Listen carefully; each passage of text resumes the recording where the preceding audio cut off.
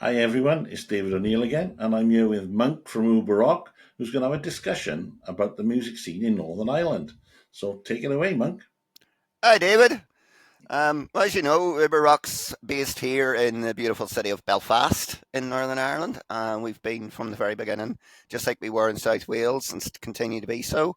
Massive big supporters of the local underground and grassroots music scenes, the local independent bands, the independent venues. And I think we're very lucky in Belfast, compared to some other regions of the UK. We actually have a very vibrant grassroots venue movement as such. We've most of our venues, apart from the obvious interference of the academy group, if you will, and one big arena. 95% of our venues here are all independently owned, either individual operators or small local companies, and the venues themselves are very, very supportive of up and coming local bands. Um, Perhaps the most obvious example that people will have heard of is our favourite venue, which is Voodoo on the back streets of Belfast. It's been going for about 15 years now. Very, very dedicated team, love their music, live for the music. Music has built that venue, particularly the alternative punk and metal scenes, of which have been very supportive. They've just themselves started their own Voodoo Sessions initiative, which is aimed at unsigned bands, where they basically once a month give them a free showcase in the venue, pay them to play, which is very important, obviously, for any band, and give them that exposure, loads of publicity. They record the stuff, put it out on YouTube afterwards, stream it, everything. They're also very supportive of the Bloodstock Metal to the Masses competition, which is obviously aimed at grassroots metal bands to get them a slot at the Bloodstock Festival. I'm very proud to say that Uberrock's been involved in that competition for about 10 years. I'm one of the judges. Proud to be a judge. Very difficult task. Lots of quality bands. But again, they're all unsigned. They're all underground. And we interesting statistic for you, David. Don't know if you're aware of this, but Northern No. Ireland has more rock bands per head of population than any other country in the world, with the exception of Finland. Very interesting. And of course, those bands wouldn't survive without the grassroots venues that support them, that put them on, the grassroots promoters. We have some excellent promoters here, most notably James Loveday from the Distortion Project, who's been going for longer than he probably cares to remember. That man deserves a knighthood for his support of the local rock and metal scene. Obviously, he brings in the big name bands. This past weekend, he had Centrix in doing their 25th anniversary tour. Um, but again, he's a massive supporter of the unsigned bands, the underground bands. He has his own record company with bands like Sky Pilot and Wild Heat signed to them. And he's been very instrumental in the building of the profile of the careers of a lot of the rock and metal bands that our Uber Rock readers will now be familiar with. But outside of that, again, we've because we're a small compact city, all our venues are fairly close together. We have the historic Empire Music Hall, which puts on lots of bands. One of the newest kids on the block is a venue called the Deer's Head, which is Belfast only microbrewery. It's run by another massive music buff, and they have bands Saturday afternoon blues sessions. They have grindcore bands playing a little bit of everything, and they work with the promoters. They work with the bands to make sure the shows are affordable for everybody to put on, and equally importantly, affordable for the punters to attend, because if the punters don't attend and can't afford to attend, the bands can't afford to play, the venues don't stay open. It's simple, really. I Mm. mean, what do you think of the Music Venue Trust's idea to try to get arena tours with a levy to support grassroots music venues? I'm a bit skeptical about it. It's sort of like robbing Peter to pay Paul. I can see the objection of the arena owners, um, but then again, they should be playing their part, because without the grassroots music venues, they wouldn't have the Snow Patrols, for example, of this world. Snow Patrol have just announced a massive tour for next year. They had their first venue playing to 20 people upstairs in a pub in an alleyway in Belfast. So and now they're headlining 4 or 5 nights at the 10,000 seater arena, a quarter of a mile down the road. I Um, mean, it's a bit like Oasis, you know. yeah, I mean, only 11 of the existing 34 venues that they first played are still open. yeah. One of the venues that they most historic venues that they played is a venue here in Belfast, actually, the Limelight, which has been here for 30 odd years, and they were actually playing on stage to 100 people there. The night definitely maybe was announced as being number one in the charts. So again, if it wasn't for the grassroots venues, where would the Gallagher brothers be? Well, exactly, you know. And I think they've announced somewhere in a region about 1.2 million ticket sales. Yeah, it's frightening when you think about it. Much money are they going to make off that tour? 3 or 4 quid. Sure, didn't Taylor Swift say she only makes about £4.50 out of every show? Yeah, right. Aye, right, jump on the other one, missus. So, have you got anything coming up in the next couple of weeks around your area that you're going to see? Yeah, the big one probably for us and for obviously with the Uberrock massive is the return of Trucker Diablo, who of course were up the Steelhouse Mountain over the summer. And their Okay. new album is coming out in just under 2 weeks' time, A Social Hand Grenade. It's their sixth album. We've been very lucky to have had a copy of it for a couple of weeks. That's what happens when you know the boys, you say, and you promoted them in the past. You get it in the back pocket. Um, Typical what we would expect from Trucker: hard party rock, big ballads, big riffs, huge stuff. Um, they have I say the album's coming out on Friday the 25th. They're self-releasing. They've always been very much a DIY in that regard. Hmm. And I think, I mean, most of the packages that they've put on sale, the t-shirts and the hoodies, and all sold out months ago. They went up, within minutes of them going on sale, all the hoodies had sold out. So it shows how popular they are and how successful you can be by doing it yourself at grassroots level. Well, they better bring a couple across the water when they come to my area. Yeah, I was just going to mention that you were saying about the music venue trust. They recently, or just yesterday, brought out that report about bands touring, and Mm. obviously touring is hugely expensive, and it's got more so in recent years post COVID. And Yeah. but Trucker are doing a full UK tour, for want of a better phrase, because they're doing their album launch show here on their home turf in a wee place called a Hochel in County Antrim. If anybody wants to know where a Hochel is, go up the motorway, come to the sign that says the back end of nowhere, and hang left. But it's got a brilliant wee venue up there called the Diamond Rock Club, who've been very supportive of lots of Northern Ireland bands over the years and continue to be so. So Trucker are doing their album launch there on the 26th of September. Um, Saturday night, and then 2 weeks later they're heading across the Shuck, as we call it, that wee stretch of water called the Irish Sea, and they're doing one show in Edinburgh, one show in Blackpool, and one show in South Wales at the Crumlin Patriots. So Which is yeah, about 5 minutes away from me. yeah, yeah. So hopefully, they'll not only bring a few hoodies and T-shirts, but they'll bring a few copies of the CD, and they'll maybe even bring some vinyl with them. You never know. Mm. Like I said, you were saying about the number of venues, the number of gigs that bands are doing on a tour. You know, that report yesterday said it's halved since 1990. Hmm. And I can understand why, because of the costs of accommodation, transport, and the logistics of shifting the gear. So to a certain extent, I can understand why. Hmm. But if bands are touring, they really need to try and find localities to play in. Yeah. And if they don't know the area, that becomes difficult. Yeah, I think it's all about teaming up with other bands. Hmm. When we face a particular problem here in Belfast, I mentioned there that wee bit of water called the Irish Sea. It's officially the most expensive piece of water in the world. It costs more per mile to cross the Irish Sea than it does across the Atlantic. And you imagine a band on tour, want to do a proper UK tour, want to play everywhere possible, come to Ireland. they've got to do two, three, maybe 4 dates over here while they're over to make it worth their while. Mm. They can't just come and play one night in Belfast because you're talking the cuts of $1,000 from just to get them and their gear across.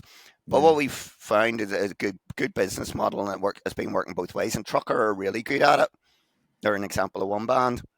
As they team up with bands in other locales, and say a band are coming to Belfast, it'll be a co-headline show. Mm. Share the gear, reduce the cost by not having to bring your entire backline and your drum kit with you. And sometimes that's the only way it succeeds over here. It's the only way even some of the big name bands can do it, is to just some of the artists we had who was over recently, Enough's Enough, and they were Mm. using all the support bands gear. They just basically brought themselves and their guitars, and it was the only way the gig was financially viable. But when you're the likes of, say, Evil Scarecrow, who are coming over next month, um, they put on a very theatrical stage show. They got to bring all that. They got to bring their pyro. They got to bring all their stage props and all with them. It's a hugely expensive undertaking. Mm. So we have that added problem. It's not just the petrol. Um, it's the getting shipping the gear over. But it is touring. I used to do tour manager years ago, and it's a massive logistical undertaking. It's also working out your routes as well and the Yeah. availability of the venues. I mean, you look at some of the tour schedules. Okay, they're saying they're only doing 10, 11 dates. They're crisscrossing the UK. They might be Mm. playing Swansea one night, Glasgow the next, then down to Southampton, then back up to Newcastle upon Tyne, then down Yeah. to Norwich. But it's because that's the only nights the venues are available. Yeah. It becomes, as you say, logistically impossible. Hmm.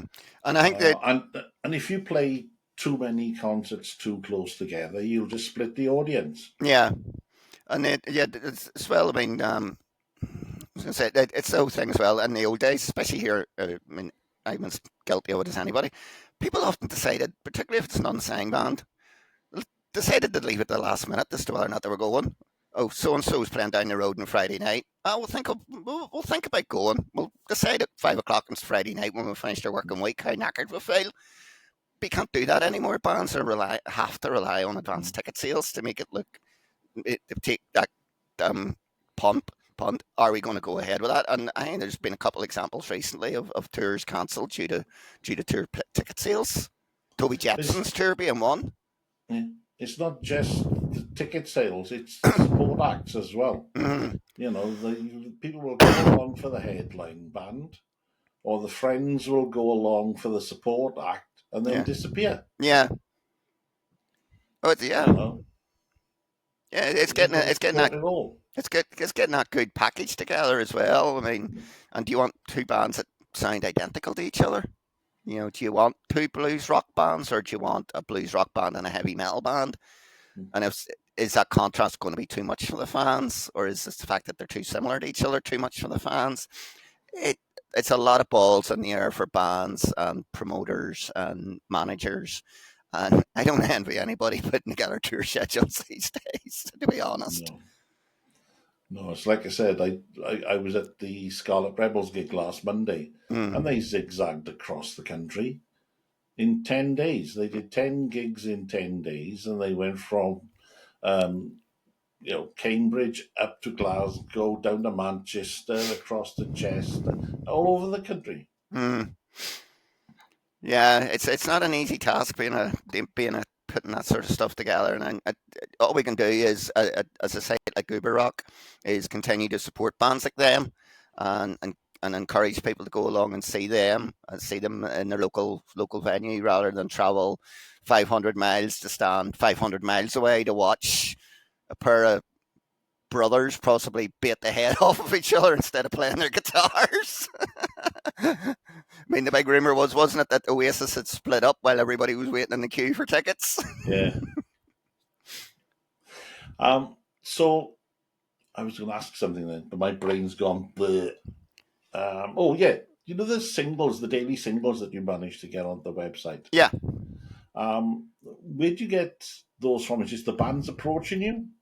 It's a combination of everything. It's the old. like most of the old-fashioned thing of press releases coming in from PR companies and record companies.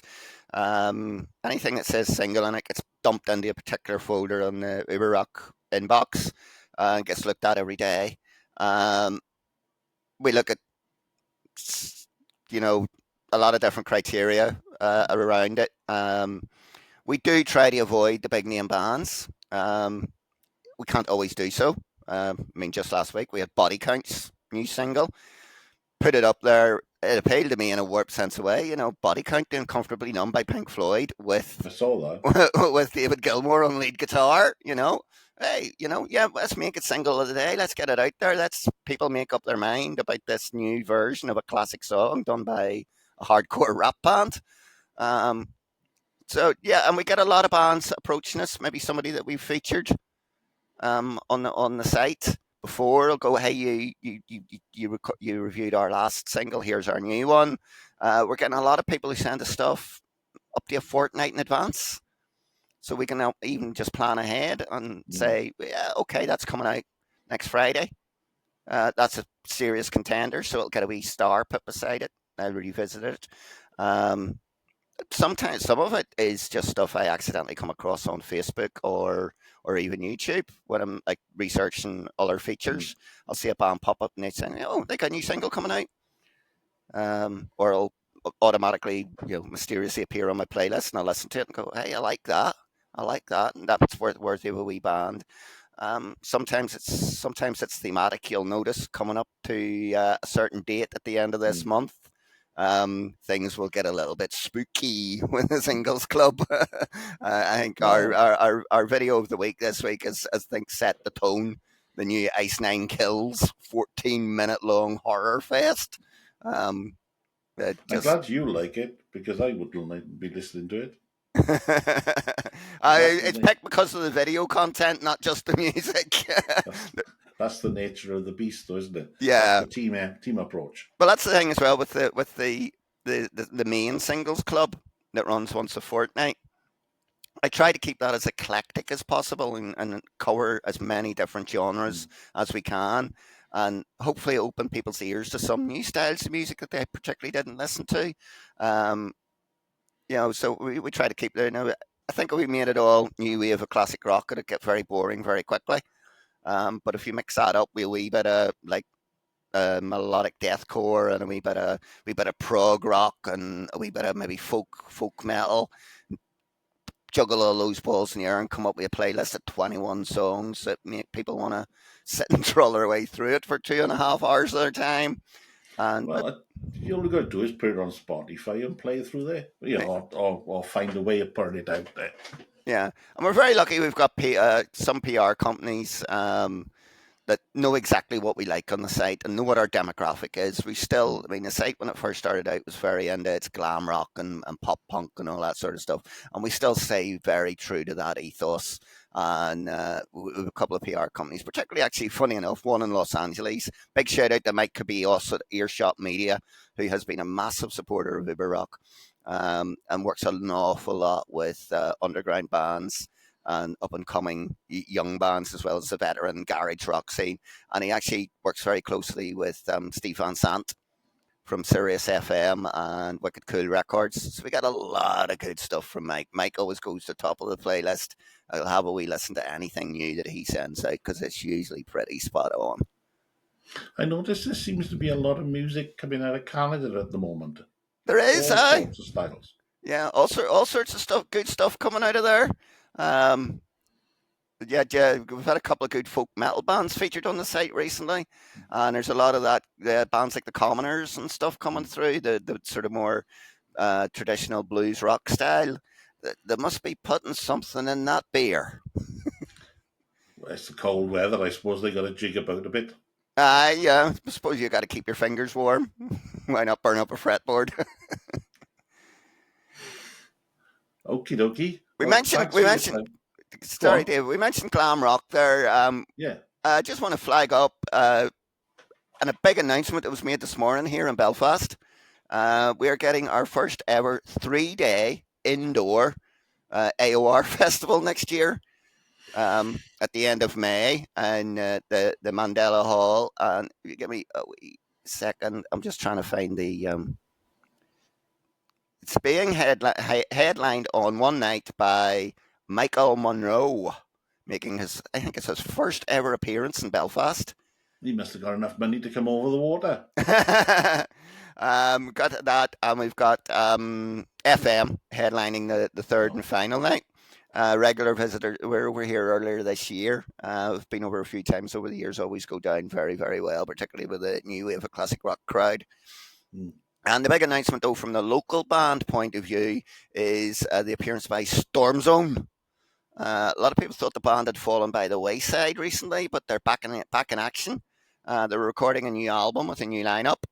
But this set is going to be based around their debut album, Caught in the Act, which was released 20 years ago next year. So they're going to play that album in its entirety as part of that. One of the other bands on the bill is another favourite of ours here at URHQ, and that's Wild Heat. Good wee band, sort of do that LA strip style stuff, and the promoter has promised lots more to come. Well, he's going to need a lot more to come to fill 3 days. So yes. Well, yeah, if it's 3 bands, they're not going to fill 3 days. Yeah. The only downside of it, and I'm sure Kieran will take this one on the chin, is that the opening night is tribute bands. And we don't do tribute bands here at Uberrock HQ, as you well know, David. Yeah, well, if there's tribute bands out there, if the originals just take their instruments across and give up an hour of their time, that would encourage the grassroots music venue scene. Aye, it would do. Well, it's about the only chance we're going to get to hear Journey in Belfast this year, next year. What's going on with them? Yeah, anybody, to be honest with you. Mm. Okie doke. Well, thanks for your time. No problem, David. And we'll do this again in about 4 or 5 weeks. Aye, indeed, because there's an awful lot of gigs coming up here, and we're always busy. I don't get as many as I would like. That's something to do with working nights. But I get as many as I can, and we'll continue to support the local music scene. If we can't get to the gig, we're obviously going to profile it. Anybody who's interested, Uberrock actually curates an online listing service on Facebook for all Northern Ireland rock, metal, and punk shows, blues as well. It's updated on a weekly basis, and it's on the Facebook group NI Rock and Metal Bands. It's curated by myself. So it gives details of what bands are playing, and mostly grassroots, but obviously everybody. So if it's somebody playing the SSE Arena, it's on there. If it's somebody playing Voodoo, it's definitely on there. So talking about finding gigs and venues, I mean, I mentioned in the first episode about Hereby, which is curated by the Music Venue Trust. Mm-hmm. And it lists all grassroots music venues across the UK and North America, mm-hmm. as well as the big venues. And it doesn't just list music, it lists all genres of music and theatre and all sorts of things. A really, really useful site, particularly if somebody's going somewhere on holiday Mm-hmm. and they want something to do, they can find it through there. Yeah, it sounds so useful. I haven't checked it out myself. I haven't seen what their presence is like in Northern Ireland. I had a look earlier on, and it's got a fair number of venues that I spotted on there. Mm-hmm. Well, say we've got a good range of them here, and thankfully, outside of the Academy group, we most of our venues are small and independent, and very, very proactive as well in terms of their promotion. A lot of them have very good social media outlets. So it's, if you're coming to Belfast and you're looking for music at the weekend, it's not really that hard to find. And that's not just the fiddly dee stuff. Okay, thanks for your time, Mark. You take care. We'll speak again soon. David, been a pleasure as always. Talk to you soon. Bye then. Bye.